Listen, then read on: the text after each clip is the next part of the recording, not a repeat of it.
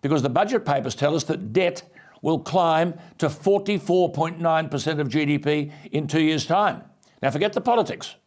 That is almost twice as bad as the worst performance by a Labor government in the last 50 years, such that we are paying $18 billion a year in interest on the national debt, and the budget has forecast that will rise to $26 billion a year within 4 years if we're lucky, because interest rates are going to go up again, aren't they?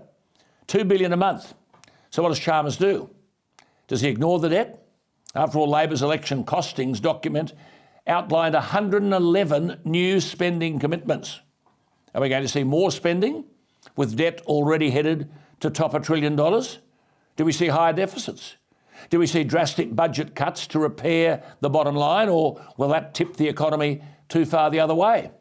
The first task should be a simple one, and that is cut waste. Again, in spite of the Morrison government's small government rhetoric, Scott Morrison ran the most expensive government in recent times, 34% more expensive than Rudd's 2013 government when adjusted for inflation. And that's in the federal budget papers. Just taking the federal government's cost of running government, in 2010-11, it was $52.4 billion. It is now tipped to be over $100 billion, up a staggering 90%. Adjusted for inflation, 60%.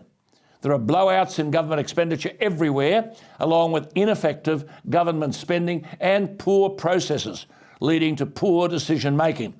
But the public are not going to suffer an Albanese government blaming everything on its predecessor. They've been elected to fix the problem. Do they proceed with their 111 new spending commitments made during the election campaign?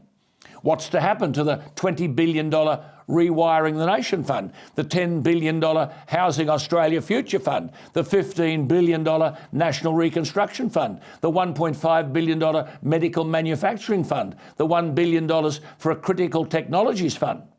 If Chalmers and Gallagher are true to their promise that there'll be a line-by-line audit of budget spending, we here on this program will keep them to the promise. Where will the cuts be made? Because what I see is nothing more than an eye-watering increase to the $1 trillion debt by adding billions and billions of dollars of further spending. Now, this stuff can't go on. It conjures up all the worst fears about a Labor government. They can dismantle those fears immediately by cutting waste, and there's a stack of it.